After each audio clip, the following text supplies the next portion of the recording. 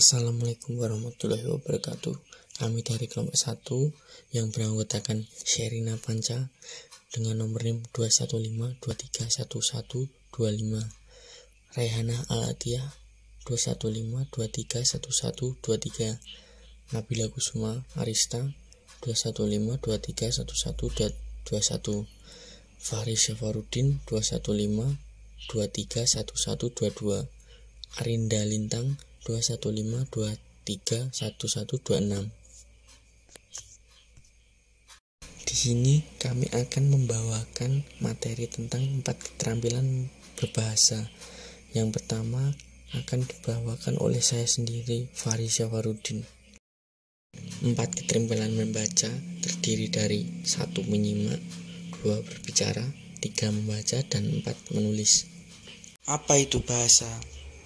Bahasa merupakan alat komunikasi untuk menyampaikan gagasan, pesan, dan informasi yang tertanam dalam pikiran. Penyampaian bisa dilakukan secara lisan atau tulisan. Fungsi bahasa bagi masyarakat: 1. Sebagai alat untuk berkomunikasi. 2. Sebagai alat untuk bekerja sama. 3. Sebagai alat untuk menentukan identitas diri. Unsur keterampilan berbahasa: A. Unsur logika, isi, bahan, materi, organisasinya. B. Unsur linguistik, diksi, pembentukan kata, fonologi untuk berbicara, ejaan untuk menulis. 1. Menyimak. Menyimak adalah kegiatan mendengarkan dan memperhatikan baik-baik apa yang diucapkan orang, menangkap dan memahami makna dari apa yang didengar. Jenis-jenis menyimak. 1.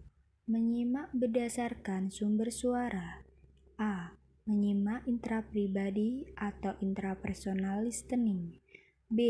Penyimak antar pribadi atau interpersonal listening. 2. Cara menyimak bahan yang disimak. A. Menyimak ekstensif, yaitu menyimak tidak memerlukan perhatian, ketentuan, dan ketelitian, sehingga hanya memahami secara garis besarnya saja. Jenisnya meliputi: A. Menyimak sosial. Menyimak yang dilakukan oleh masyarakat dalam kehidupan sosial. B.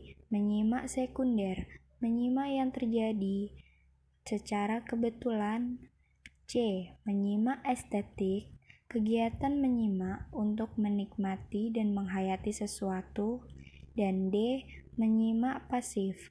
Menyimak yang dilakukan tanpa upaya sadar. Menyimak intensif yaitu menyimak yang dilakukan dengan ketentuan, penuh perhatian, dan teliti. Menyimak intensif adalah kegiatan menyimak yang dilakukan secara sungguh-sungguh dan konsentrasi untuk menangkap informasi yang benar. Menyimak intensif lebih menekankan pada kemampuan penyimak untuk memahami bahan simakan, misalnya menyimak pelajaran di sekolah. Pada kegiatan tersebut, guru menuntut agar siswa memahami penjelasan yang diberikan dengan melemparkan pertanyaan-pertanyaan sebagai alat ukur untuk mengetahui daya simak siswa. Makin tinggi daya simak seseorang, makin tinggi pula pengetahuan yang diserapnya. Dengan demikian, dapat meningkatkan kreativitas dirinya. Berikut jenis-jenis menyimak intensif meliputi: yang pertama, menyimak kritis. Menyimak kritis adalah kegiatan menyimak yang dilakukan secara sungguh-sungguh untuk memberikan penilaian. Hal-hal yang perlu diperhatikan dalam menyimak kritis adalah: yang pertama, mengamati tepat tidak ujaran pembicara. Yang kedua, mencari jawaban atas pertanyaan mengapa menyimak. Dapatkah penyimak membedakan antara fakta dan opini dalam menyimak? Dapatkah penyimak mengambil kesimpulan dari hasil menyimak? Dapatkah penyimak menafsirkan makna idiom, ungkapan, dan majas dalam kegiatan menyimak? Yang kedua, menyimak interogatif. Menyimak interogatif memiliki tujuan mendapatkan informasi melalui mengajukan pertanyaan. Menyimak interrogatif bertujuan untuk mendapatkan fakta-fakta dari pembicara, mendapatkan gagasan baru yang dikembangkan menjadi sebuah wacana yang menarik, dan mendapatkan informasi apakah bahan yang telah disimak itu asli atau tidak. Yang ketiga, menyimak eksploratif. Menyimak ini dilakukan secara penuh guna mendapatkan informasi.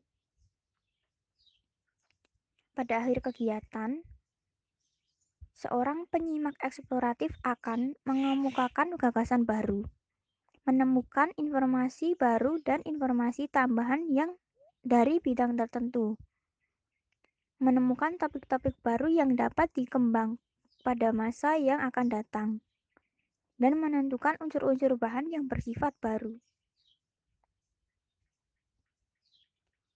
Yang keempat, menyimak kreatif.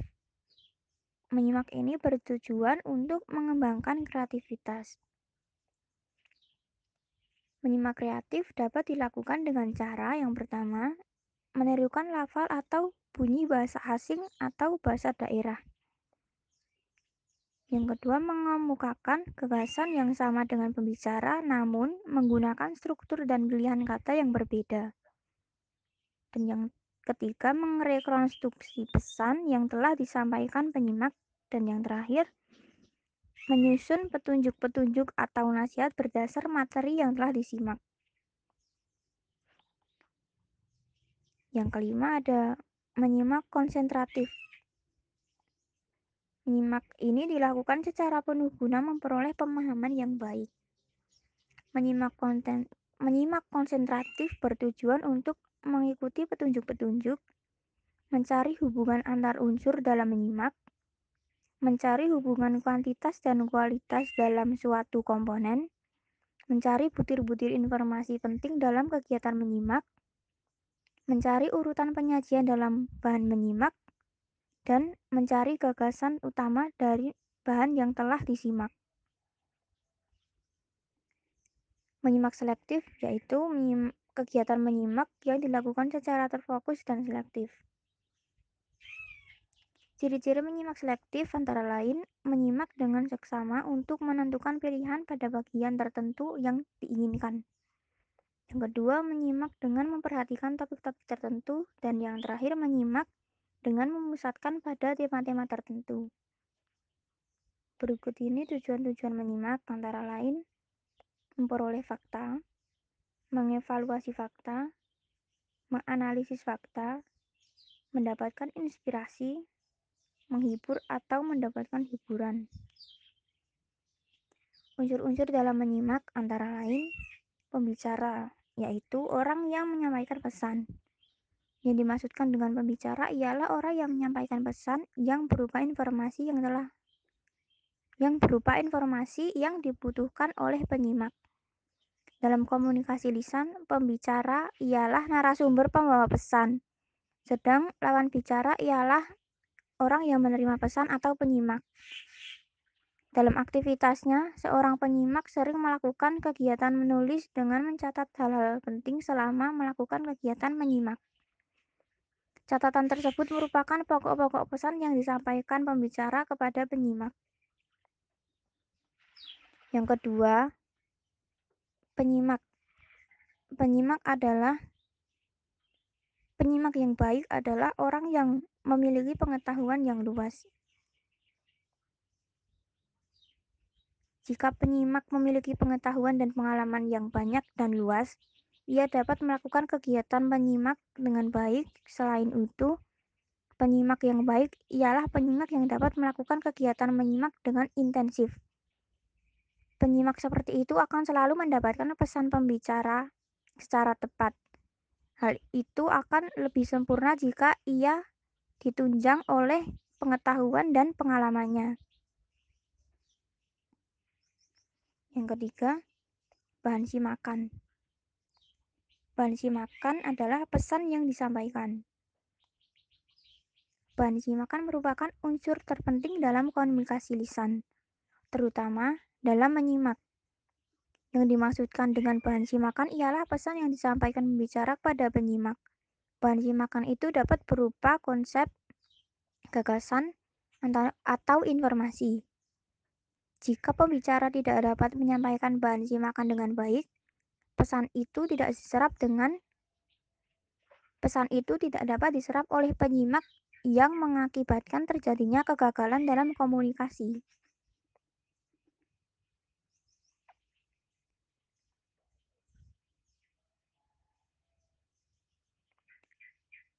Ciri-ciri dari penyimak yang baik adalah seseorang dikatakan a good listener kalau dia berperilaku sopan santun, memperoleh fakta-fakta, benar-benar memusatkan perhatian, menyimak dengan pertimbangan sehat, dan dapat memanfaatkan apa yang disimaknya.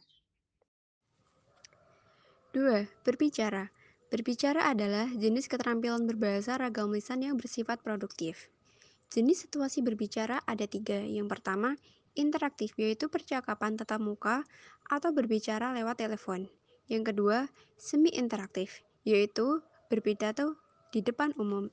Ketiga, non-interaktif, yaitu berpidato melalui radio atau televisi.